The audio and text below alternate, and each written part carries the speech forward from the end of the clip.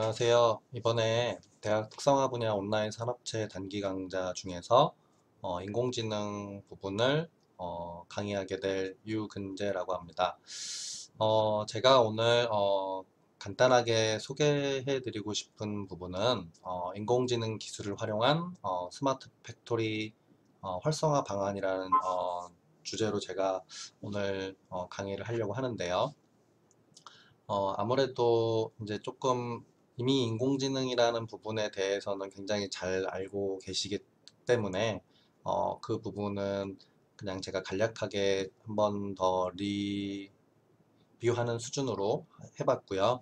그다음에 이제 최근에 이제 정부에서도 그렇고 스마트 팩토리를 되게 활성화시키기 위한 정책이나 이런 부분들을 추진을 하고 있기 때문에 그런 정책 추진 방향에 대해서 조금 소개를 좀 해드리고 그 다음에 실제적으로 스마트 팩토리를 적용을 해서 국내나 해외에서 어떻게 활용을 하고 있는지 그런 부분을 종합적으로 한번 그냥 간단하게 소개해 드리고자 합니다. 아마 이게 좀 그 디테일한 내용 같은 경우는 아마 좀 이렇게 학술적으로나 아니면은 그런 쪽으로 좀 관심이 있기 때문에 제가 알기로는 이게 산업체 부분에서 활용하실 걸로 알기 때문에 간단한 그런 내용과 현재 정책 방향이나 그런 정부의 추진 체계 방향 등을 이해를 하시는 게 더 큰 도움이 되실 것 같습니다. 네, 그래서 제가 간단하게 이제 목차는 이렇게 정해 보았습니다. 그래서 간단하게 소개를 좀 시켜 드리려고 하고요. 네, 이제 뭐 그동안 인공지능은 뭐 굉장히 많이 들어보셨을 거라 생각을 합니다. 그래서 뭐 너무 잘 알고 계실 거고요. 그래서 현재 이제 많은 영화나 그 다음에 매체, 언론 매체 등에서 이미 인공지능이라는 말은 굉장히 지겹도록 들으셨을 것 같아요. 그래서 인공지능 하면 다들 이렇게 AI 뭐 기술 AI 관련된 그런 로봇을 많이들 생각을 하고 계시죠. 그래서 뭐 이렇게 굉장히 다양한 인공지능의 부분에 대해서 뭐 영화도 많이 나왔고 하기 때문에 최근에 이런 인공지능에 대한 부분들은 전 세계적인 트렌드가 되었죠. 4차 산업혁명과 함께 그런 어떤 그 주요 기술로서 인공지능이란 이런 어떤 전문 용어가 이제는 굉장히 어, 그 보편적인 용어로 사용이 되고 있는 상황이죠. 그래서 여러분들이 잘 아시는 것처럼 인공지능은 이렇게 그 사람이 생각하는 어떤 그런 뇌 그런 어떤 것과 마찬가지로 이제 우리가 데이터를 획득을 하게 되면 그 데이터에 있는 정보들을 탐색을 하고 그 다음에 이용한 정보들을 이제 우리가 활용을 하는 건데요. 자, 이제 인공지능 기술에서 이제 우리가 탐색을 할 때는 이제 보시는 것처럼 최적의 해를 찾기 위해서 이제 어떤 그 정보들을 찾는 겁니다. 그래서 기존의 어떤 통계적인 방법하고는 접근 방법 자체가 틀리죠. 어떤 정해져 있는 어떤 그 numerical equation이나 그 어프로치가 아닌 순수하게 데이터의 어떤 그 특성에 따라서 이렇게 저희가 음, 데이터들을 탐색을 할 수가 있는 게 인공지능 기술의 가장 큰 장점이죠. 그래서 무정보로도 하고요. 그다음에 휴리스틱이나 어떤 트리 방식으로도 우리가 이렇게 하고 있습니다. 그리고 이제 인공지능에서 우리가 데이터 탐색을 하고 나면 데이터의 특징을 파악을 하고 어떤 그 데이터의 결과를 이제 우리가 표현을 해야 되겠죠. 그래서 그 표현하는 어떤 지식 knowledge representation이라고 하는 지식 표현 방법이 여러 가지가 있습니다. 그래서 뭐 우리가 일반적으로 인공지능이나 이런 데서 보는 어떤 그런 그 AUC 커브나 뭐 어떤 퍼포먼스를 보는 것도 있고요. 최근에는 이제 텍스트 마이닝이라 그래서 단어에서 갖고 있는 어떤 그런 규칙, 그 다음에 그 스크립트에서 얼마나 많은 키워드가 나오는지 뭐 이런 것들을 우리가 이제 분석할 수도 있게 되었고 일반적으로는 우리가 이제 그래프나 이제 이런 언톨로지 언어, 기술 언어로 우리가 많이 표현을 하고 있지만 굉장히 다양한 방법으로 지식을 표현할 수 있게 되었고 그런 어떤 기술이 개발되는 속도가 지금 어마무시하게 빠르게 되고 있죠. 그래서 뭐 이런 부분들은 아마 잘 아실 겁니다. 그리고 이제 가장 이제 많이 들어보신 그 인공지능과 관련돼서 가장 많이 들어보신 어떤 핵심 어, 그 단어가 아마 머신러닝일 거예요. 기계학습이라고 하는. 그래서 우리가 일반적으로 머신러닝을 통해서 효율적으로 처리할 수 있는 어떤 시스템의 구조나 파라미터를 바꿀 수가 있습니다. 그래서 머신러닝 중에서는 이제 지도학습, 그다음에 비지도학습, 강화학습 이렇게 돼 있는데 결국에는 데이터들을 가지고 있는 어떤 그런 특징에서 우리가 가장 유용한 정보들을 뽑아서 이제 우리가 실제적으로 활용할 수 있게끔 지도학습 같은 경우에는 일반적으로 우리가 그 입력하는 데이터와 출력하는 데이터의 어떤 특성을 알고 있는 데이터들이고요. 그 다음에 비지도학습 같은 경우에는 이제 잘 아시는 뉴럴 네트워크 같은 데이터가 가지고 있는 그 특성에만 맞춰서 하는 어떤 그런 방법입니다. 그래서 클러스터링이나 뭐 이런 방법들도 비지도 학습으로 들어가는데 이런 부분들을 이제 우리가 AI에서 핵심 기술로서 그동안 많이 알고 계셨죠. 그래서 머신러닝을 많이 그동안 활용을 했지만 최근에는 이제 딥러닝 방법도 딥러닝이 굉장히 더 뭔가 좀 더 이펙티브하다라는 어떤 그런 결과도 많이 알고 계실 거고요. 실제로는 머신러닝과 딥러닝이 굉장히 많이 사용되고 있습니다. 가장 이제 그 AI의 어떤 응용 분야로 이제 각광받고 있는 게 이 데이터 마이닝 분야죠. 그래서 실제 데이터의 어떤 그런 특성을 저희가 이제 파악할 때 데이터 컬렉션을 한 다음에 DB화하고 그 데이터들을 가지고 있는 특성을 파악하기 위한 알고리즘을 찾은 다음에 그 결과를 우리가 활용하는 그런 방법으로 주로 쓰고 있는 게 이 데이터 마이닝의 기본 어프로치고 실제적으로 다양한 산업 분야에서 데이터 마이닝 기술을 활용을 해서 인공지능의 어떤 그 상업화나 어떤 인공지능의 보편화를 지금 하기 위해서 데이터 마이닝 쪽에 많은 노력을 하고 있는 상황입니다. 자, 그래서 이제 인공지능에 대해서 제가 지금 간단하게 이렇게 얘기를 하고 있는데요. 그 인공지능과 관련되어 있는 이런 데이터 마이닝과 같은 것도 있지만 실제적으로 인공지능이 많이 적용되는 분야가 있습니다. 이제 여러분들 잘 아시는 이미지 마이닝이죠. 그래서 컴퓨터를 이용해서 어떤 이런 그 비주얼라이제이션 또는 포토나 어떤 이런 캡처된 어떤 픽처나 이런 데서 저희가 데이터들을 컬렉션을 해서 데이터 마이닝에서처럼 웨어하우스를 만들고요.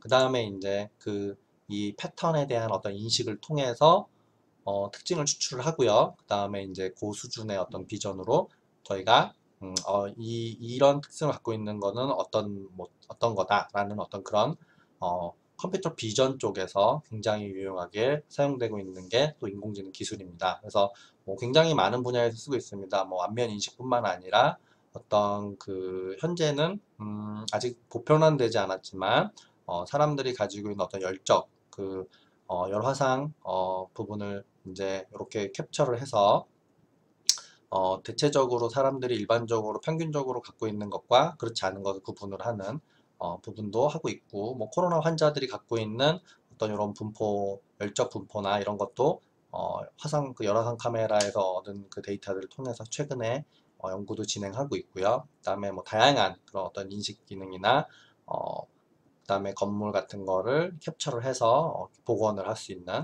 부분까지도 그다음에 이제 저희가 보지 못하는 내부의 어떤 그런 구조 또한 이러한 그 이미지 사진들의 트레이닝을 통해서 우리가 이제 좀 더 정확하게 프리딕션해서 보기 위한 그런 부분도 최근에 많이 적용이 되고 응용이 되고 있는 분야입니다.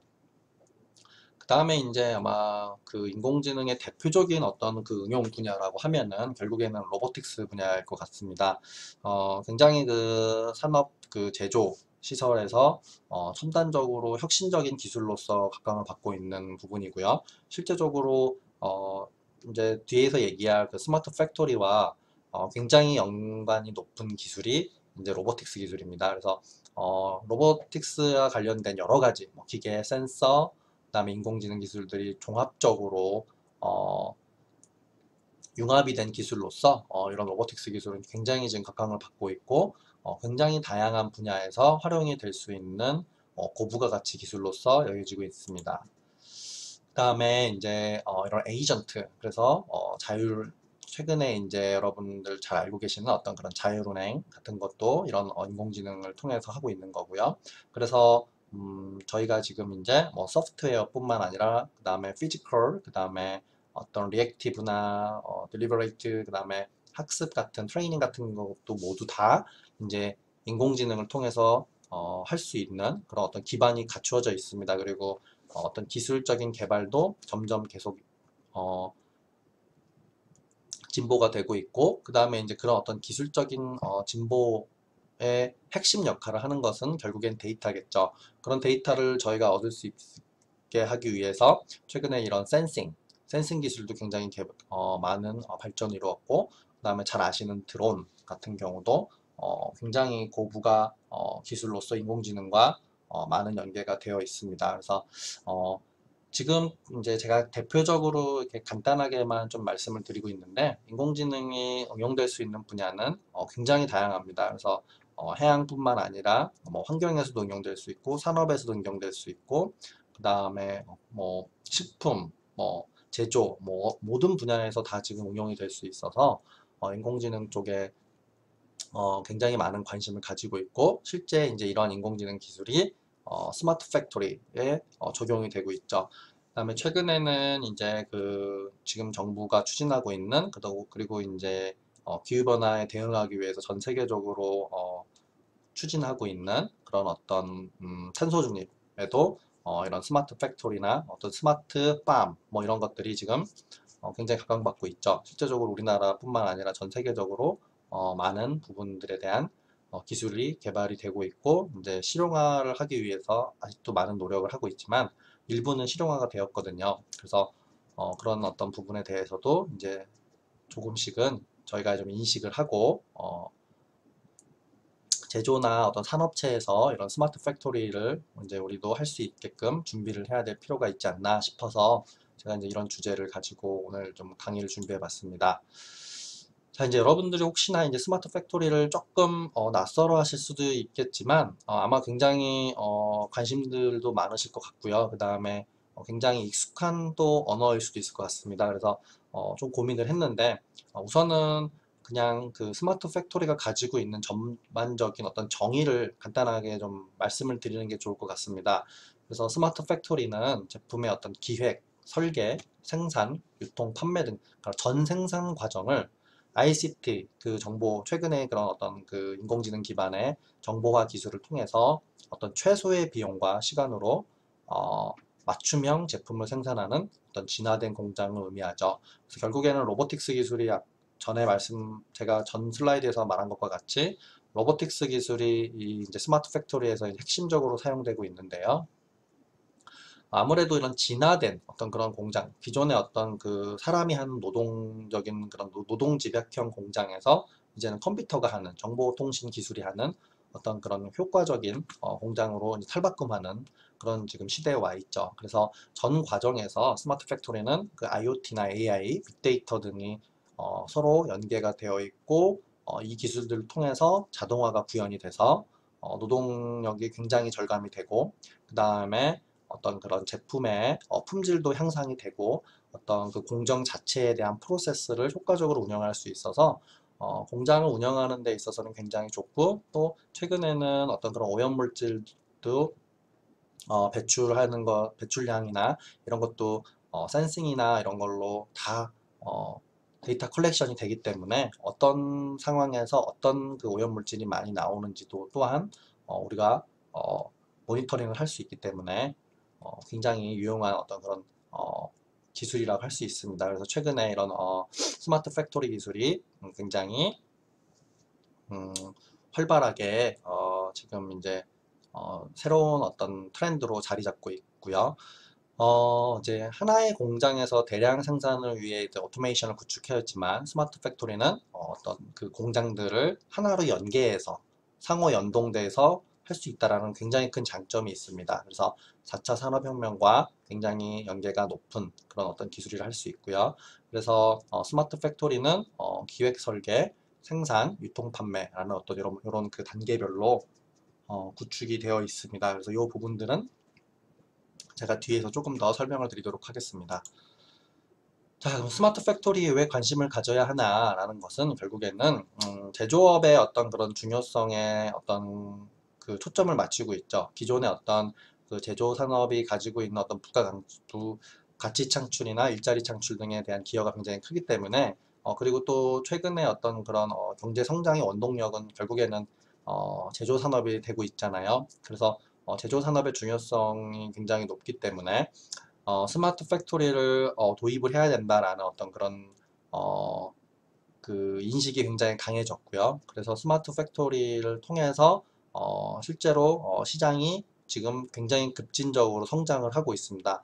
그래서 연평균 약 8%의 어떤 성장률을 보이고 있다라는 거. 그 다음에 거기에서 이 스마트 팩토리의 어떤 그 성장과 함께 ICT 기술 또한 성장이 굉장히 가파르게 되고 있다라는 것을 여러분들이 좀 알아두시면은 굉장히 큰 도움이 될 것 같습니다. 그래서 스마트 팩토리의 어떤 그런 시장 규모나 세계 동향은 앞으로도 지금 이제 2016년에 1210억 달러였는데 연평균 8% 성장을 보여서 2020년에는 2천억 달러가 이상 될 거고 2030년에는 3천억 달러, 4천억 달러 이상이 될 거다라는 어떤 그런 전망이 나오고 있습니다. 그래서 앞으로는 아마도 스마트 팩토리 쪽으로 전 세계적으로 가지 않을까 그런 어떤 그 전망이 되고 있고 이런 어떤 그런 기존의 어떤 그런 트렌드를 살펴봐도 지금 이렇게 가고 있는 게 맞다라는 것을 알 수가 있습니다.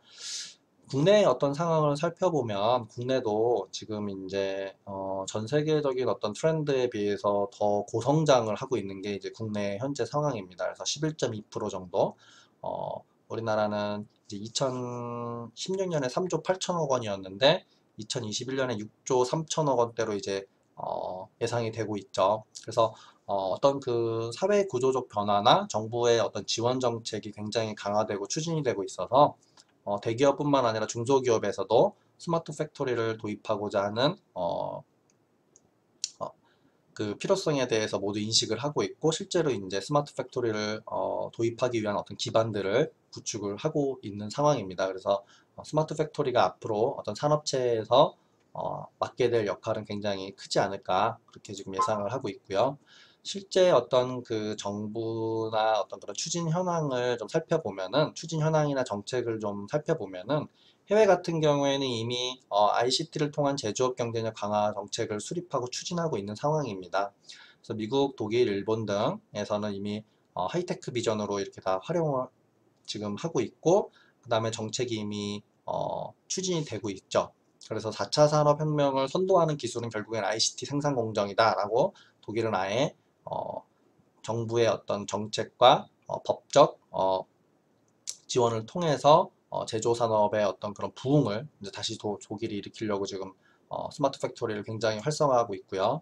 그다음에 이제 미국 같은 경우에도 독일과 비슷하게 산업계뿐만 아니라 학계, 정부가 공동으로 그런 네트워크를 구축해서 기술의 어떤 혁신을 가속화하고 상용화를 지원하는 어떤 그런 체계를 이미 정책적으로 갖추고 있고 그다음에 인력 양성이나 R&D 투자 확대 등의 정책도 이미 미국은 추진을 하고 있죠. 그래서 2009년, 2012년부터 그 스마트 팩토리를 도입하기 위한 부분을 미국은 추진을 하고 있었다라는 거가 여러분들이 좀 알아두시면 좋을 것 같고요. 그 다음에 미국이 앞으로 이제 9대 전략 산업에 대한 적극적인 투자를 할 건데 그게 바로 첨단 제조업이다라고 미국에서 발표도 하였죠. 그래서 스마트 팩토리가 앞으로 굉장히 크게 각광받지 않을까 라는 어떤 부분이 있습니다. 자, 그러면 이제 그 해외에서는 지금 이제 이렇게 지금 스마트 팩토리를 굉장히 활성화시키기 위한 추진 정책이나 어떤 방향이 설정이 되어 있는데 지금 우리나라 같은 경우는 어떻게 돼 있냐? 결국에는 이제 글로벌 기업 대비 국내 어떤 기업의 현재 수준을 보면은 우리나라는 아직은 좀 갈 길이 멉니다. 그래서 선진국 대비 어떤 기술 수준도 우리가 지금은 조금 아직까지는 좀 낮은 상황이고요. 그 다음에 어떤 스마트 공장의 어떤 누적 숫자 또한 아직까지 우리는 초기화 단계죠. 그래서 정부에서는 어떤 그 민간의 어떤 그 자율적 확산을 원칙으로 하지만 정부가 적극적으로 지원을 하겠다. 그러면 정부가 어떻게 지원을 하겠냐라는 것은 결국에는 그 스마트 팩토리의 어, 그 어떤 그 확산과 그 다음에 산업을 또 창출을 하겠다라는 거고, 그 다음에 산단과 스마트화를 할 거고, 사업 재편을 촉진하기 위한 정책을 추진하겠다. 그래서 제조업 혁신 3.0 전략으로 이미 2015년에 산업통상자원부에서 결정이 되었죠. 그래서 2020년까지 스마트 팩토리 1만 개 육성 및 8대 스마트 제조기술 개발했지만 아직 이 부분이 만족은 되지 못했습니다. 그렇지만 신산업이라든지 그 다음에 사업 재편 같은 경우에는 지금 굉장히 빠르게 우리나라도 발전을 하고 있는 상황이죠. 그리고 이 데이터 같은 경우는 조금 옛날 데이터이기 때문에 이 데이터보다는 현재 지금 조금 더 우리나라의 어떤 그 기업 수준도 굉장히 많이 올라온 상황입니다. 그 다음에 이제 정부는 결국에는 민간이 자율적으로 확산을 하지만 결국에는 정부가 서포트를 해주겠다라는 거거든요. 그래서 민관 합동 스마트 공장 추진단도 설립을 했고요.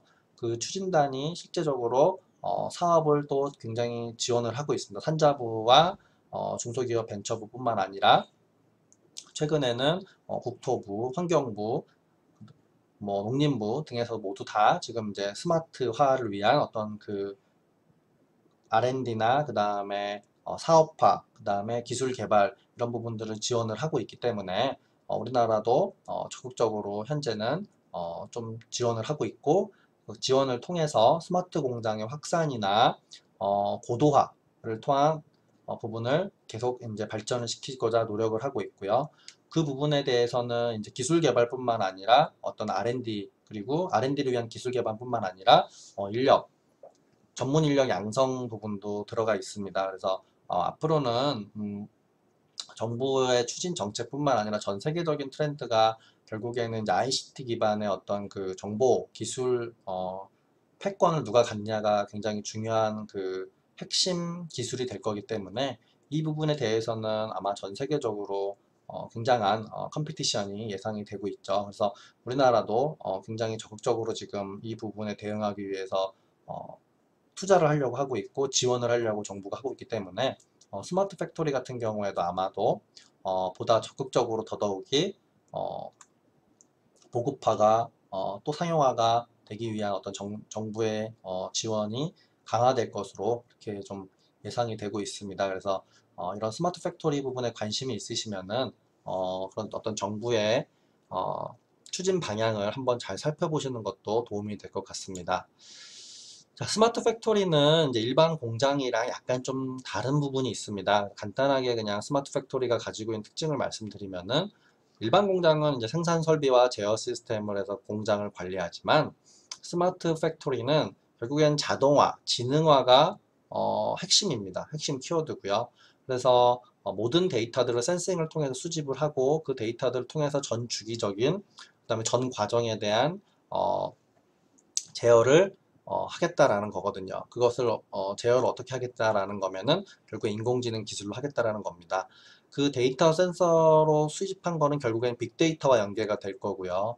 그 다음에 4차 산업혁명과 관련이 있는 그 인공지능 기술은 이제 최적화를 통한 공장의 매니지먼트에 기여를 하게 될 거고, 그 다음에 앞서 말씀드렸던 그 데이터 마이닝의 주요 그 가상 공간이라고 하는 그 데이터 웨어하우스에서 이제 이런 제어 시스템을 구축하기 위한 이런 가상 공간이나 버추얼 스페이스 같은 경우를 아마 만들게 될 겁니다. 그래서 스마트 공장은 결국에는 그 자동화를 통해서 결국에는 기존 일반 공장에 대비해서 보다 생산이나 관리 부분에서 효과적으로 이제 대응할 수 있다는 굉장히 큰 장점이 있는 기술입니다.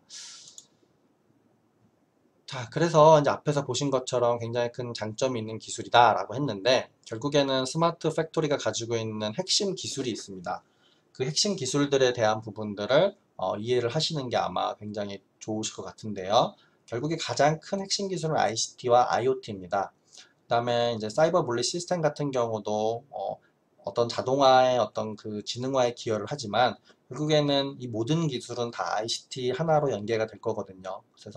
그래서 그 센싱을 통한 어떤 데이터 컬렉션이 우선은 되고 그 데이터들이 빅데이터가 되기 때문에 IoT가 굉장히 어떤 그 중요한 어떤 그 기술적 요소가 될 거고 이 IoT를 통해서 빅데이터가 되고 하면은 클라우딩 컴퓨터에서 어떤 그런 그 효과적으로 운영하기 위한 어떤 가상 공간을 만들 거고 거기에서 결국에는 우리가 앞에서 보신 것처럼 인공지능을 최적화할 수 있거든요.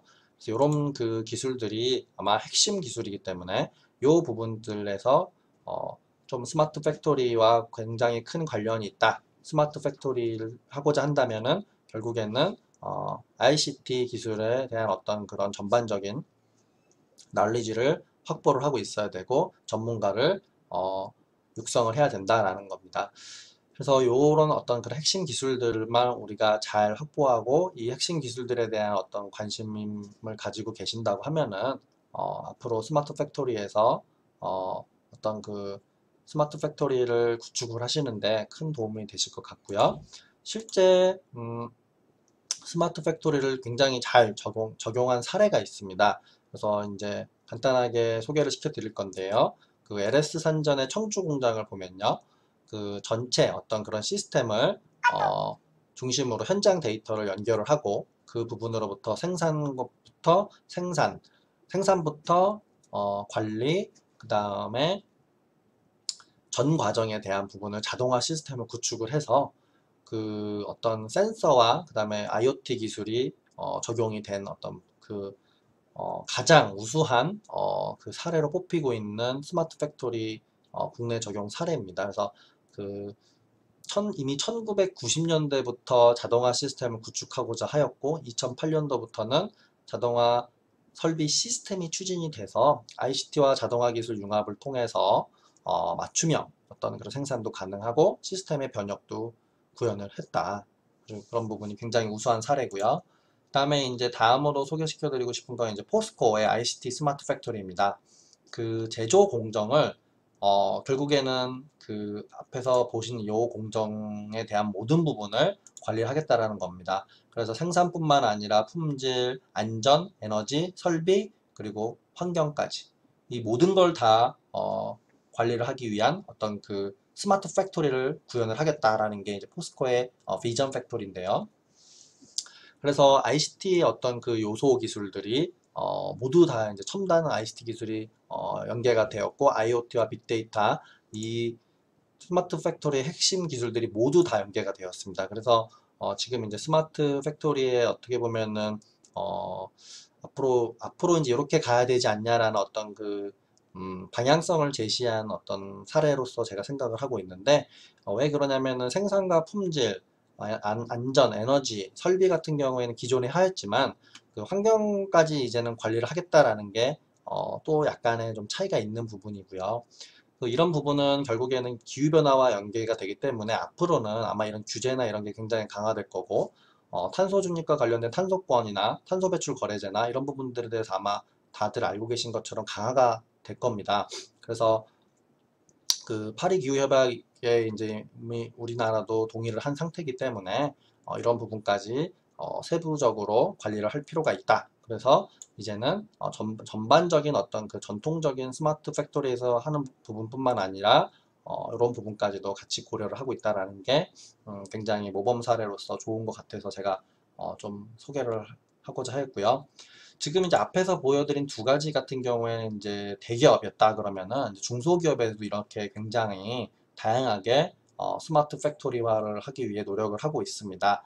그래서 이렇게 중소기업 회사들은 굉장히 다양한 분야에서 지금 스마트 팩토리를 하고 있고요. 최근에는 이제 3D 프린팅이나 에너지, 그다음에 로보틱스, 그다음에 컨트롤러, 그다음에 오토메이션 같은 전반적인 그 ICT 기술과 관련된 대부분의 기술에서 지금 스마트 팩토리화를 중소기업도 적용을 하고 있다라는 겁니다. 그래서 이제는 스마트 팩토리가 아마 이제 그냥 권고하는 수준이 아니라 아마 모든 공장들이 필수적으로 스마트 팩토리를 운영하고자 아마 할 것 같은데요. 그래서 굉장히 이런 다양한 분야에서 지금 스마트 팩토리가 운영이 되고 있기 때문에 관심 있으신 분야나 아니면은 그 스마트 팩토리를 추진하고자 하신다면은 이런 사례들을 좀 잘 살펴보시면서 선행 사례를 통해서 많은 유익한 정보들을 참고하시면은 좋을 것 같습니다. 그래서 제가 생각하는 어떤 그 스마트 팩토리의 어떤 그 발전 방안, 이제 활성화 방안이라고 하면은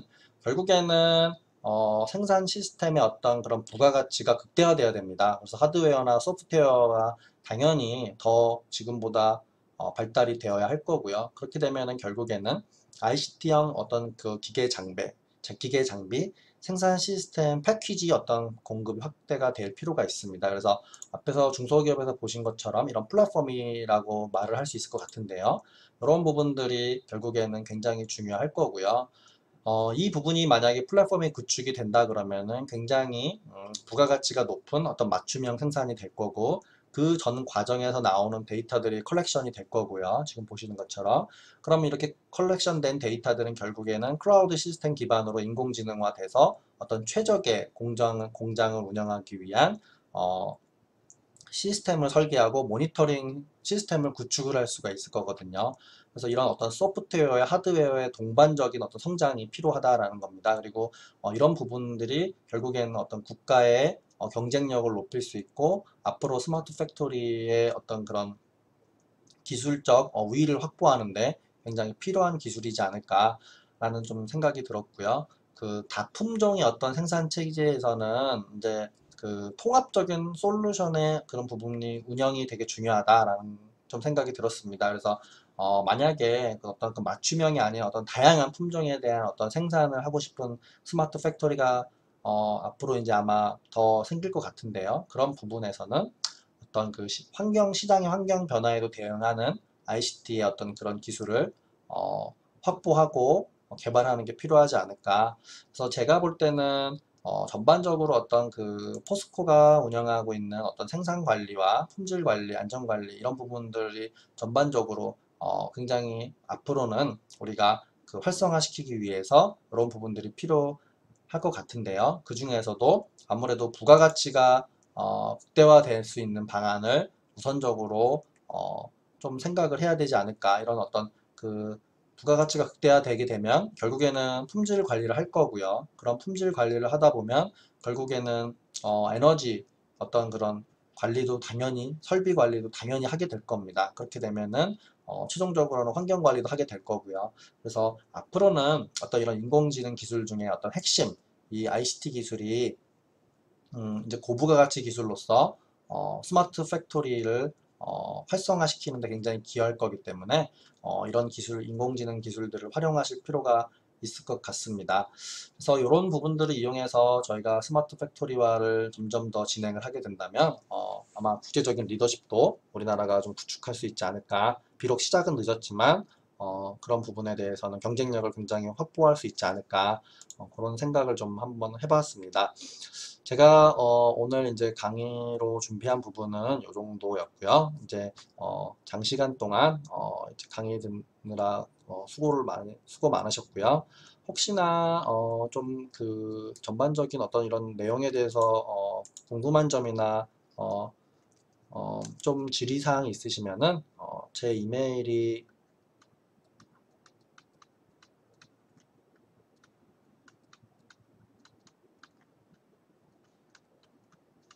요 주소입니다. 그래서 혹시나 뭐 질의사항이나 뭐 그런 부분이 있으시면 요 이메일로 문의를 해주시면 제가 최대한 답변을 드리도록 하겠습니다. 네, 수고 많으셨습니다.